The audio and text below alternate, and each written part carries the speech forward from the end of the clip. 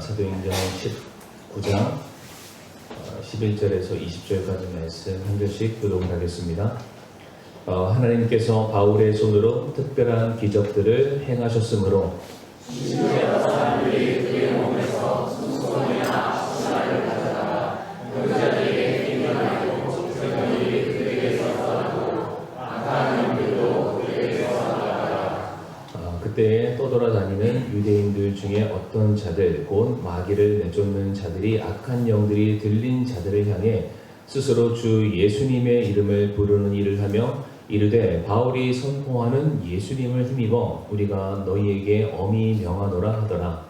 유대인으로 제자들 중에 두머리 스게라라 하는 사람에게 아들이 욕이 있었는데 그도 그와 같이 하네. 그 악한 영이 응답하여 이르되 내가 예수님도 알고 바울도 알거니와 너희는 누구냐 하며 그 악한 영 들린 사람이 그들에게 뛰어올라 그들을 눌러 이기니라. 그러므로 그들이 괴롭고 상한 채 그 집에서 나와 도망하니라. 이 일이 에베소에 거하던 모든 유대인과 그리스인들에게도 알려지니 그들 모두에게 두려움이 임하고 주 예수님의 이름이 크게 높여지니라. 믿는 사람들이 많이 와서 자백하고 자기 행위를 알리며 또 신기한 술수를 사용하던 자들 중에 많은 자들도 자기 책들을 다 가지고 와서 모든 사람 앞에서 태웠는데 그들이 그것들의 값을 계산하니 은화로 5만 개나 되더라. 이와 같이 하나님의 말씀이 강력하게 자라고 세력을 얻으리라. 아멘. 말씀을 위해서 한번 더 기도하시겠습니다. 고마우신 주님 감사합니다. 이 시간 전해지는 하나님의 말씀 앞에 우리 사랑하는 성도님들의 마음문을 활짝 열게 하여 주시옵소서. 우리가 세상에서 짊어지고 왔던 모든 삶의 무거운 짐들, 고민들, 염려들, 근심들 다 주님의 발 아래에 내려놓게 하여 주옵시고 이 시간 정말로 순전한 마음으로 주님의 말씀만 들을 수 있는 그 말씀으로 위로받고 소망 가운데 확신 얻을 수 있는 귀한 시간 될 수 있게 아버지 인도해 주시옵소서. 예수님의 이름으로 기도를 드립니다. 아멘. 자리에 앉으시겠습니다. 오늘 사도행전 19장 11절부터 20절까지의 말씀 통해서 더 중요한 것을 붙들라라는 제목을 함께 은혜를 나누기를 원합니다. 우리가 신앙생활하는 가운데 종종 이제 이러한 마음이 들 때가 있는데요. 예수님을 믿었으니까 내 삶에 예수님 덕 좀 봤으면 좋겠다. 그래서 예수님 때문에 참 안 될 일이 되고 기적과도 같은 그런 일들이 좀 자주 일어났으면 좋겠다. 내가 그래도 예수님 믿었으니까 예수님 덕분에 내 필요들이 척척 채워지고 예수님 때문에 안 되던 일들이 잘 풀리고 내 사업이 성공하고 부족했던 내가 좀 능력 있는 자가 되었으면 좋겠다. 아마도 이러한 마음들은 한 번쯤 가져와 보셨을 텐데 이러한 마음이 잘못되었다라고 말씀을 드리는 것은 아닙니다. 우리가 충분히 예수 그리스도로 말미암아 그분의 자녀 되었기 때문에 자녀된 권세로 이러한 은혜들을 우리가 구할 수가 있죠. 그런데 이게 이제 긍정적인 측면이 있다면 부정적인 측면도 있는데 이것을 요행을 바라는 신앙 아니면은 로또 복권과도 같은 그러한 신앙 이러한 마음을 갖는 것이 문제다라고 말씀을 드리고 싶습니다. 성도님들이 어떻게 동의하실지는 모르겠지만 이러한 잘못된 신앙이죠. 소위 말하는 기복주의 신앙을 바라는 그러한 믿음은 우리가 왜 신앙생활을 하는지에 대한 의미를 생략하고요. 과정을 생략하고 성장, 자라 나아가는 것을 생략하게 됩니다. 그런 말미암은 그 안에서 우리가 누릴 수 있는 즐거움이 사라지게 되고요. 그런 말미암은 성취감들이 배제가 됩니다. 내가 뭔가를 해서 누리는 그런 즐거움을 말하는 것이 아니라 나는 부족하지만 이런 날을 들어서 강하게 하시고 자라게 하시고 감당케 하시는 하나님을 경험할 수 있는 기회들이 배제가 된다는 것이죠. 그래서 어떠한 결과만을 바라는 그러한 신앙은 참 그 결과를 얻기 위한 과정들이 생략되는 그런 요행을 바라는 그런 신앙은 별로 그렇게 좀 건전한 신앙, 우리가 성경적인 신앙은 아닌 것 같습니다. 1억 천금을 누리는 그런 신앙보다요, 저는 어쩌면 오늘 우리들의 삶에 주어진 우리들의 책임, 우리들의 의무, 주님께서 우리에게 주시는 그런 사명을 성실하게 임함으로 말미암아 매일마다 우리들의 삶에 더해지는, 공급되어지는 그 은혜 하나하나가 오히려 더 기적이 아닐까. 자, 근데 이러한 것들만을 바라는 우리들의 믿음 자체가 사실은 우리가 매일의 삶 속에서 주님과 동행하면서 우리가 누릴 수 있는 그런 은혜를 우리가 참 얻지 못할 수도 있다. 하루하루 우리들의 믿음이 쌓여가는 것, 또 자라가는 것, 견고해지는 것, 그리고 주님에 대한 분명한 확신과 내 삶의 경험이 쌓여져 가는 게 어찌 보면 그것이 더 큰 축복이고 은혜일 수 있다. 제가 왜 이런 부분들을 앞에 이렇게 강조를 해드리게 되냐면, 참 우리들의 삶에, 우리들의 신앙 가운데 우리가 정말로 기적보다, 내 삶이 성공하는 것보다, 내가 능력 있는 어떠한 사람이 되는 것보다 더 중요한 게 있기 때문입니다. 오늘 그 두 가지를 우리 성도님과 본문을 통해서 좀 나누기 원하는데, 첫 번째가 무엇이냐면은 기적보다 기적을 행하시는 분이 더 중요하다라는 것을 우리가 말씀을 통해서 좀 살펴봤으면 좋겠습니다. 그러니까 기적보다 기적을 행하시는 분이 왜 더 중요할까? 오늘 본문 11절 말씀 보게 되면은 하나님께서 바울의 손으로 특별한 기적들을 행하셨으므로 라는 말씀이 기록되어 있습니다.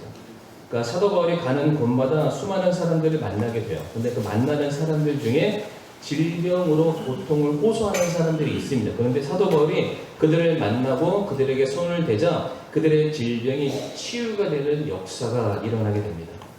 마치 예수님께서 공생의 사역 가운데에 병든 자, 마른 자, 사경을 헤매는 자들에게 찾아가셔서 친히 그들을 어루어 만져주시게 되었을 때에 그들이 질병에 나았던 사건들처럼 동일한 역사가 지금 사도 바울의 사역 가운데에 그의 손길을 통해서 지금 그 기적들이 나타나고 있어요.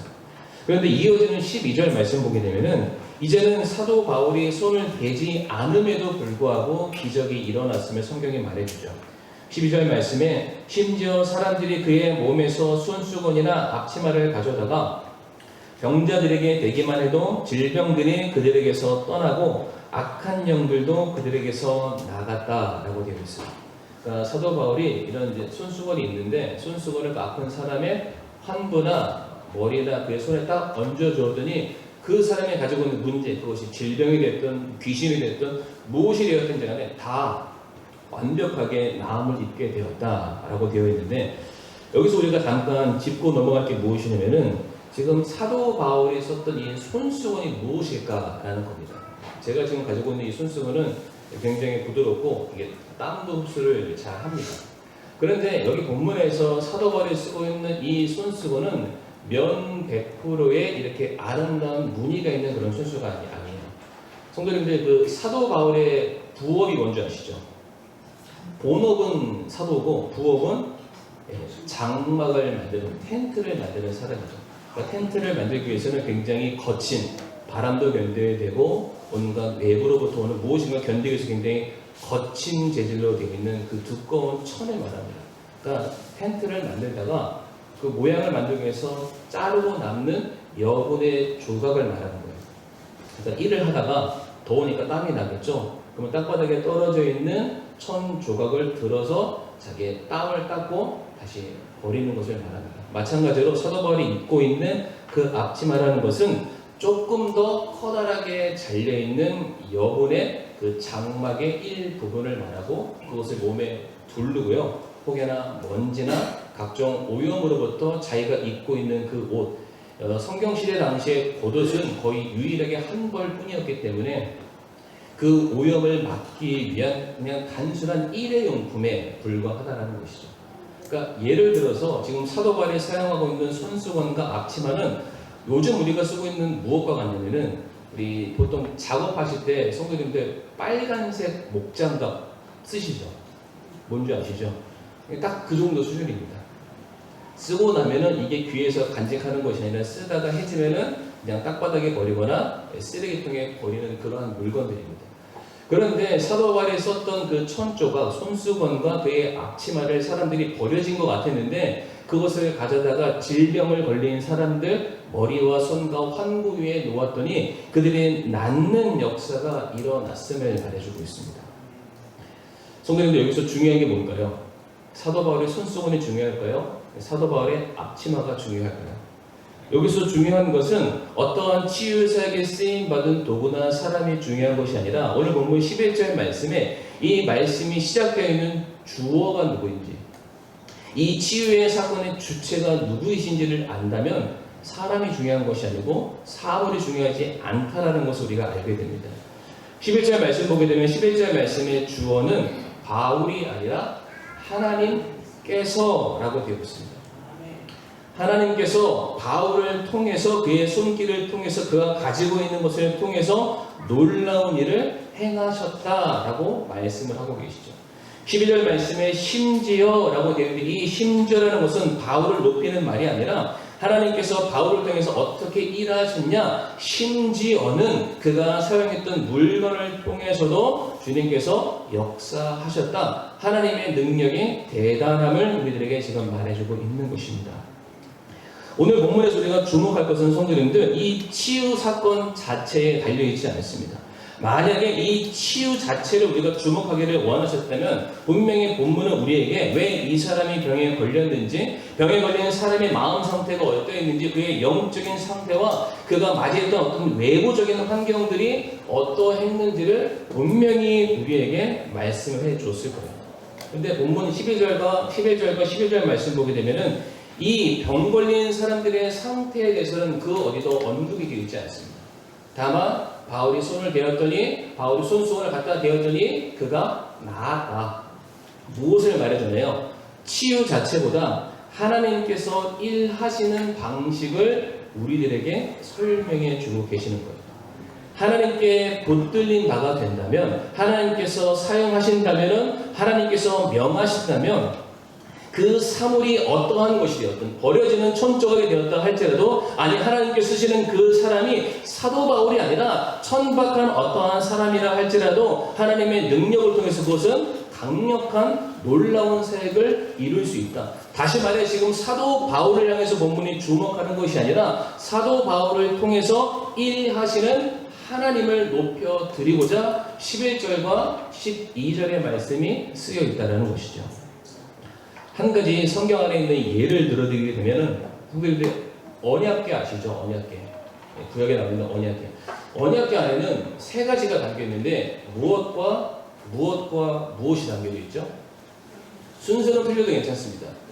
첫 번째는 십계명 두 돌판이 들어있고요. 그 다음에 아론의 쌍난 지팡이가 들어있고, 마지막에는 만나를 담고 있는 금 항아리, 이 세 개가 들어있습니다. 근데 하나님께서 왜 이 언약궤 안에 이 세 가지를 담으셨을까? 이게 굉장히 신비로운 것이기 때문에, 영험하기 때문에, 뭔가 특별한 곳에서 무슨 에너지가 나오니까 그것을 너희들 잘 가지고 있어라, 간수해라, 이것으로 너희 능력을 발휘해라, 그래서 주셨나요? 아니죠. 각각의 것 하나님께서 그 사실들, 사물들을 통해서 우리들에게 전해주시고자 하는 메시지가 있는 거예요.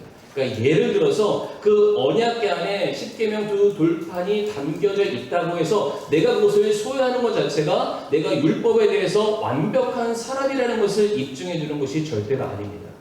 마찬가지로 내가 아론의 쌍난 지팡이를 가지고 있다 할지라도 이스라엘 전체를 다스릴 수 있는 리더십이 내게 있음을 말해주는 것이 아니죠.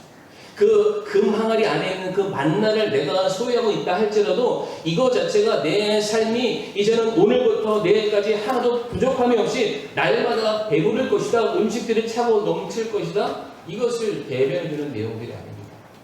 오히려 그거 하나하나가 하나님께서 너희는 말씀도 제대로 지키지 못하는 죄인들이야.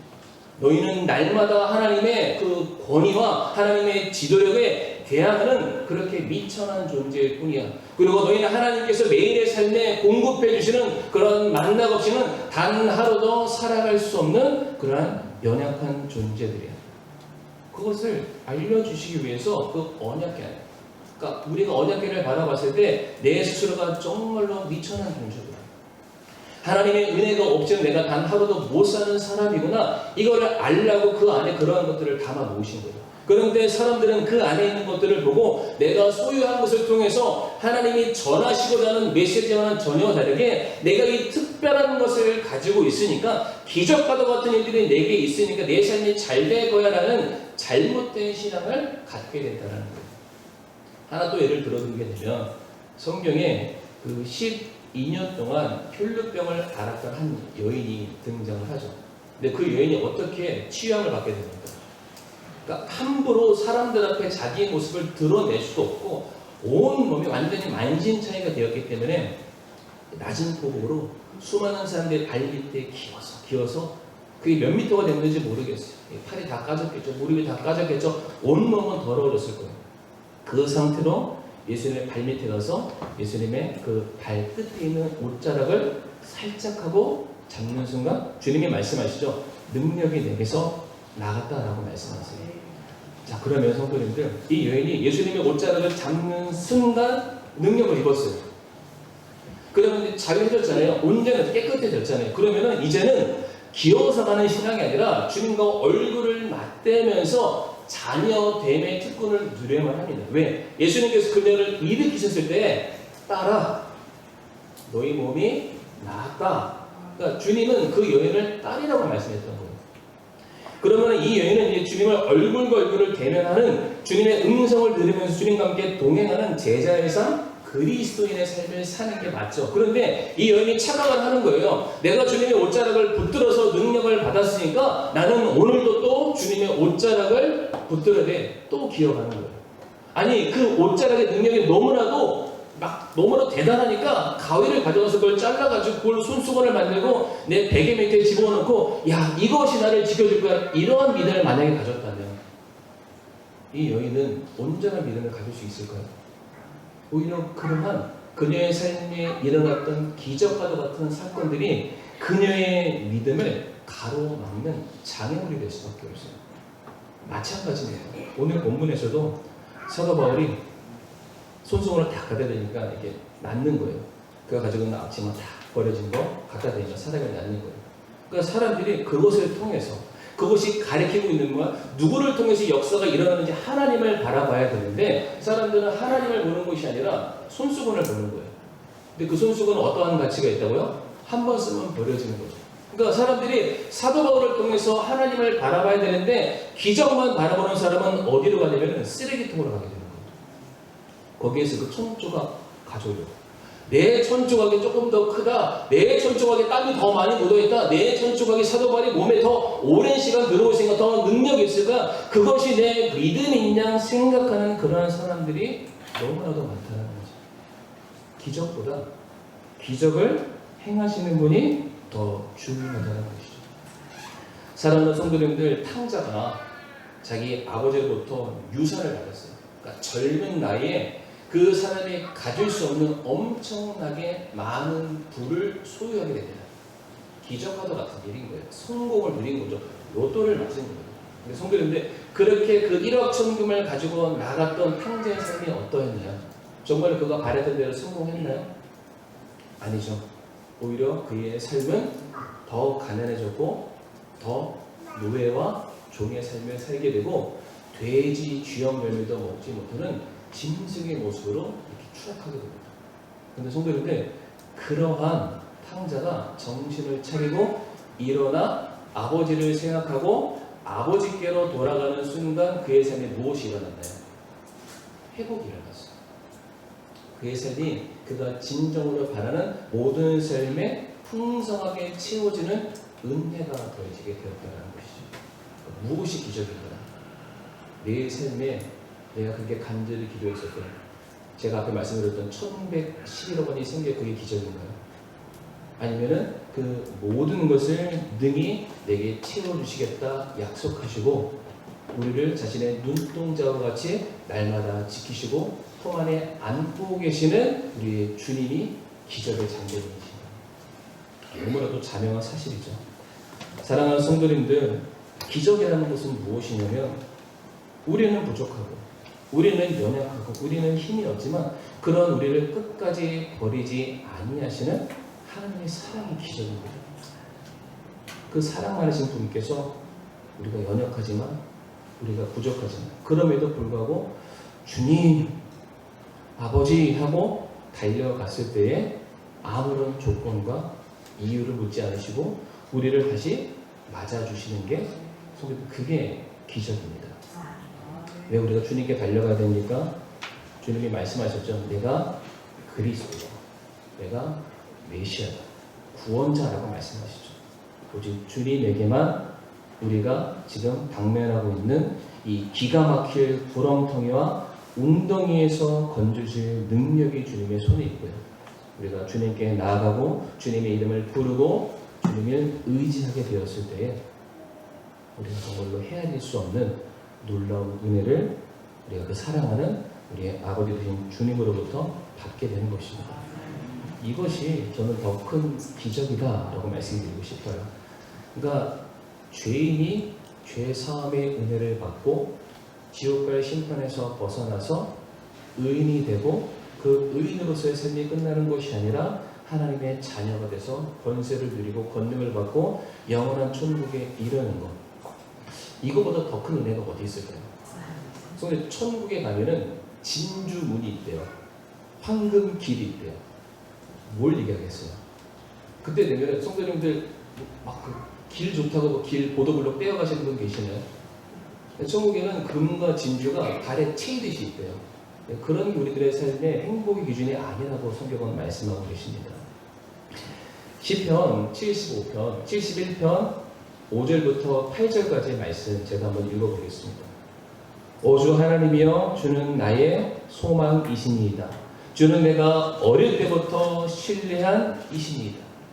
그러니까 성경에서 어린 사람은 아무런 존재가 아닌 거예요. 어디에도 도움이 안 됩니다. 그럼에도 불구하고 하나님께서는 너는 나에게 아무것도 해준 것이 없지만 나는 여전히 너에게 신뢰할 만한 이가 되어주겠다. 주께서 태에서부터 나를 붙드셨사오며 주는 곧 내 어머니 뱃속에서 나를 꺼내신 그분이시오니 내가 항상 주를 찬양하리이다. 내 인생의 모든 것, 내가 태어나고 죽는 모든 순간, 요람에서 무덤까지 가는 모든 순간순간 속에서 하나님의 은혜가 단 한 번도 끊이지 않고 계속해서 우리들의 삶에 값없이 은혜로 채워주고 계십니다. 그것이 은혜, 그것이 기적이라는 것이죠. 사랑하는 성도님들, 주님께서 여전히 이 죄 많은 우리 여전히 넘어지고 실수하고 실패하고 하나님을 부정하고 내 인생에 스스로 주인 되고자 오늘도 발버둥 치고 있는 우리와 같은 죄인들을 향해서 하나님께서 그분의 사랑을 포기하지 않는 것, 그리고 여전히 우리를 사랑하겠노라 두 팔 벌리시고 기다리고 계시는 것, 그것 자체가 진정한 기적이고 우리가 붙들어야 될 믿음임을 우리 성도들 꼭 기억하시길 바라겠습니다. 두 번째로 더 중요한 것이 무엇이냐면요, 내 능력이 아니라 말씀의 능력이 더 중요함을 우리 성도들이 꼭 기억해 주셨으면 좋겠습니다. 내 능력이 아니라 말씀의 능력이 더 중요하다. 사도 바울이 에베소에서 이제 그가 말씀을 선포할 때마다 귀신이 이제 쫓겨나는 상황을 목격한 유대인 무당들이 이제 사도 바울을 모방을 하게 됩니다. 따라하는 거죠. 카피합니다. 그래서 그들 역시 가는 곳곳마다 귀신 들린 사람이 있으면 이렇게 말하는 거예요. 내가 바울이 선포하는, 바울이 말하는 예수를 힘입어 너희에게 명한다 라고 말하면서 똑같이 귀신을 쫓아내는, 사람을 고치는 사역을 하게 됩니다. 근데 이들은 진짜 믿음이 있어서 이렇게 행동했던 것이 아니에요. 사도 바울을 보니까 뭔가 능력이 있어 보이는데 그들이 외치는 이름보다 사도 바울이 말하는 예수 그리스도의 능력이 더 센 것 같으니까 그것을 이용해서 뭔가 한탕 내가 벌어먹겠다, 이 생각으로 사도 바울이 하는 말을 그대로 따라하게 됩니다. 이게 안타까운 일이죠. 근데 더 안타까운 일이 어디서 등장하냐면 그 14절 말씀인가요? 그 스게와의 아들들, 스게와는 당시의 제사장의 사람이죠. 그러니까 하나님의 말씀을 대변해서 이스라엘 백성들을 인도하는 일에 영적인 지도자로 쓰임받는 사람인데 그 사람의 7 아들들이 지금 이 무당들이 하는 말을 똑같이 따라하기 시작합니다. 근데 이 지금 스게와의 아들들이 하는 말들은요, 사도 바울이 하는 말을 듣고서 따라한 말이 아니에요. 사도 바울이 한 말을 무당들이 따라했고 무당들이 한 말을 그들이 따라하는 거예요. 안타깝죠. 아마 이들은 바울을 알았을 거예요. 바울의 선포는 예수님이 누군지 알았을 거예요. 그런데 단 한 번도 그들의 삶에 그들이 예수 그리스도의 이름으로 능력 있는 일들을 단 한 번도 행한 적이 없으니 그것을 따라하는 사람의 모습을 보면서 진짜인가 부러워서 그것을 쫓아 행하는 이 안타까운 모습을 보여주고 있는데 저는 어쩌면 이러한 모습들이 우리들 안에도 발견될 수 있다라는 것이죠. 정말 우리가 주님을 사랑하고 주의 말씀대로 순종하기를 원하는 간절한 마음의 바램들은 우리 성도님들 아마 다 있으실 거예요. 그 말씀대로 살아갔을 때 내 삶에는 능력이 나타나기를 바라는 그 믿음이 아마 다 있으실 거예요. 그래서 우리가 말씀을 읽죠. 말씀 읽으면서 사도 바울과 같은 베드로 같은 다윗 같은 사무엘 같은 엘리야와 같은 그런 놀라운 역사들이 내 삶에 있기를 원합니다 라고 강조는 하지만 단 한 번도 그렇게 살지는 않았습니다. 그리고 그렇게 살아가는 몇몇 성도를 바라보면서 그냥 부러워하는 게 전부입니다. 그래서 그냥 저 사람처럼만 따라해볼까? 옆에 누가 이렇게 한다는데 이렇게 한번 해볼까? 요 정도의 믿음의 수준이 아마 우리들의 믿음의 수준이 아닐까. 좀 이게 안타깝죠. 믿음을 바라면서 그러니까 경건의 모양을 취하고자 하나 경건의 능력이 없는 믿음 있는 척은 하지만은 실질적으로 믿음과 전혀 관련 없는 삶을 살아가는 것이 바로 저와 성도님들의 삶이 얼마든지 될 수 있다는 겁니다. 유대인 무당들도 그랬고요. 이 스게와의 아들도 그랬고 이들은 믿음 있는 척 행동했던 것뿐이에요. 믿음 있는 척 행동해서 다른 사람들보다 내가 더 믿음이 월등히 뛰어난 사람이라는 것을 보여주길 원했고 그것으로 사람 속에서 인정받기 원했고 인정받아서 권력 얻고 싶었고 그 권력으로 내 필요를 채우고 싶었던 믿음이라고는 말하고 있지만 믿음과 상관없는 여전히 이 교회 안에서 신앙생활 가운데서 세상적인 성공만을 바라는 잘못된 믿음을 이들이 가지고 있는데 이게 스게와의 7 아들들에게서만 발견되는 것이 아니라 얼마든지 우리 안에서도 발견될 수 있다는 것이죠. 그러니까 여전히 우리가 그렇지 않다고는 늘 말하지만 여전히 교회 안에 대부분의 많은 사람들이 기복주의적인 신앙, 복을 바라고 세상적인 성공을 바라고 그냥 그거 달라고 주님께 다오 외치는 그러한 믿음에서 그쳤던 우리들의 모습을 보게 된다는 것입니다.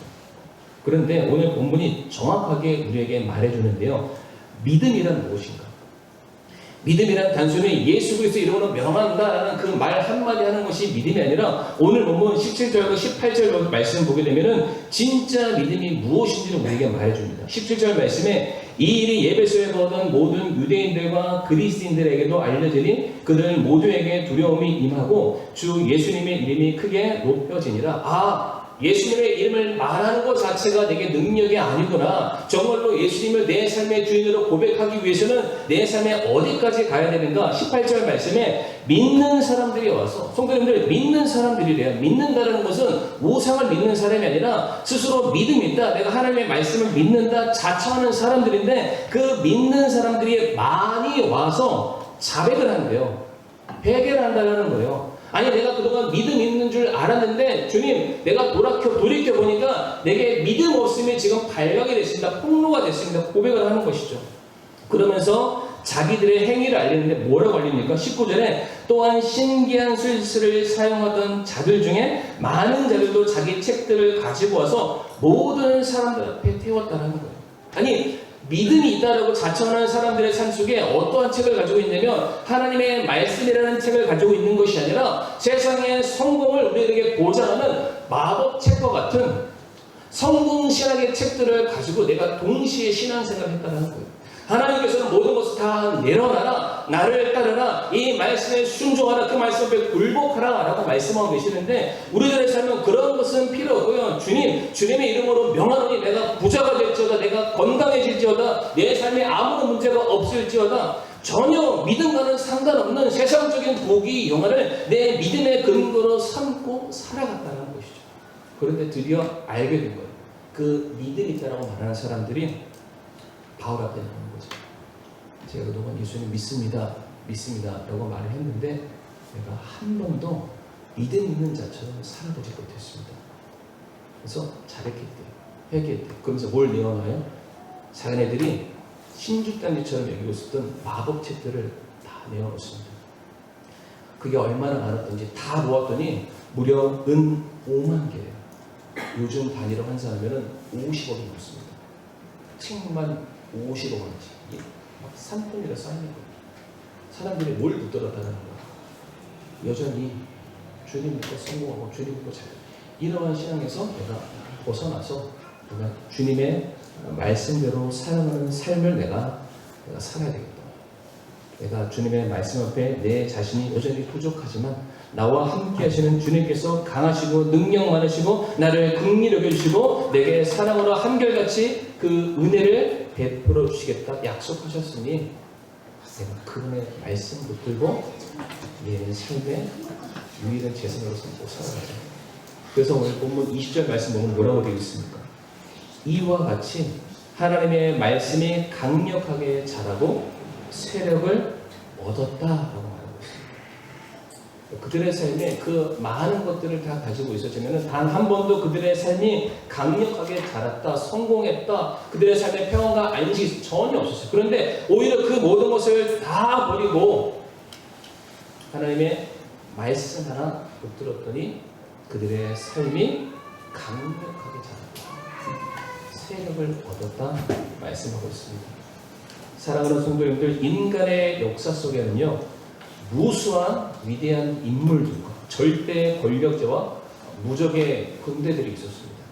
그러나 그런 것들이 지녔던 힘들은요 한순간의 정점에 지날 뿐이지 그 시간이 지나면 모든 것이 다 쇠퇴하고 소멸해버리게 됩니다.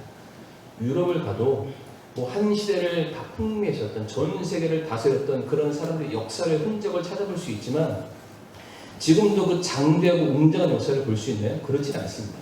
과거에 이런 게 있었더라라는 기둥 몇 개, 돌무더기만 확인해 볼 수가 있습니다. 아무리 막강해 보이는 힘이라 할지라도 그것은 화무 시비동이죠. 잎은 떨어지고 꽃이 피드는 것처럼 소멸할 수밖에 없습니다. 그러나 반대로 주님의 말씀의 힘은 소멸해버리는 이 세상의 어떠한 힘과 같지 않습니다. 주님의 말씀은 그 말씀을 받아들이면 받아들일수록 30배, 60배, 100배의 열매를 맺게 되고 오늘 20절의 말씀처럼 그 말씀은 계속해서 살아있기 때문에 우리들의 삶 속에서 강력하게 자라고 증폭하고 세력을 얻어낼 수밖에 없습니다. 왜 그럴까요? 그 말씀을 하신 하나님이 영원하신 하나님이시고 거짓이 없는 하나님이시고 반드시 하신 말씀을 이행하시는 능력의 하나님이시기 때문입니다. 그렇기 때문에 다른 것이 아니라 하나님의 말씀이 우리 안에 자리 잡고 있을 때 우리들의 삶이 놀랍게 변화될 줄을 믿으시는 저와 성도님들이 되기를 간절히 바라겠습니다. 그래서 이 시간에 우리 고린도전서 9장 25절과 27절 말씀 읽고 마치기를 원합니다. 고린도전서 9장 25절과 27절 말씀인데요. 정말 우리가 기대하고 소망해야 될 상급이 무엇일까? 더 중요한 것이 무엇인가? 이 세상에 주는 그런 인정함일까? 이 세상에 내게 보장해주는 그런 성공일까? 이 세상에 내게 안겨주는 그런 메달일까? 아니면 더 중요한 상급이 우리에게 있음을 말씀해 주시는데요. 25절 제가 읽고 26절 성도님 읽으시고 27절은 같이 읽겠습니다. 이기려고 애쓰는 자마다 모든 일에서 절제하나니 이제 그들은 썩을 관을 얻고자 그 일을 하되 우리는 썩지 아니할 관을 얻고자 하느니라. 그러므로 내가 정해진 것이 없는 것처럼 하지 아니하고 또 이와 같이 싸우되 호흡을 치는 자같이 하지 아니하며 오직 내가 내 몸을 억제하여 복종시키는 내가 다른 사람들에게 복음을 선포하기에 어떠한 방법으로든 내 자신이 버림받은 자가 되지 아니하려 합니다. 아멘. 이기려고 애쓰는 자마다 우리들의 삶 속에서 정말로 승리와 기적 같은 하루하루를 살기를 원하는 성도들은 모든 일에 절제한다. 운동선수들, 나라를 대표하는 선수들을 보게 되면 메달을 얻기 위해서 그 국가대표라는 자격을 계속해서 유지하기 위해서 당장의 유혹을 다 이겨내는 분골제신 뼈가 부서질 정도로 최선을 다해서 자기의 업무와 운동에 최선을 다하죠. 저는 마찬가지로 우리 성도들 역시 이 세상의 온갖 성공신학들, 기복주의 신학들, 우리로 하여금 하나님보다 다른 것을 더 의지하게 만든 온갖 유혹들이 많이 있지만 우리가 하나님의 말씀으로 우리 자신을 스스로 담금질하고 그 말씀을 붙들어서 우리가 신앙의 근육을 만들어서 그 말씀의 힘을 힘입어서 우리에게 주어진 이 신앙의 경주를 끝까지 완수해낼 수 있는 우리 사랑하는 성도님들이 되기를 간절히 바라겠습니다. 이 시간 다 같이 머리 숙여 우리가 함께 기도할 때에 우리들의 삶에 더 중요한 게 있음을 우리가 말씀을 통해서 다시 한번 확인하게 됐습니다. 기적과도 같은 일들이 일어나면 좋겠죠. 그러나 기적 같은 일보다 그 기적을 행하시는 우리 주님이 더 중요합니다. 그리고 주님께서 우리에게 주시는 그 약속의 말씀이 우리가 오늘 같은 이 희망 없는 시대를 살아가고 있는 바로 이때 우리가 유일하게 붙들어야 될 유일한 소망이라고 믿습니다. 그러한 것들을 붙들며 살아갈 수 있게 해달라고 제가 함께 머릿속에 기도하기를 원합니다.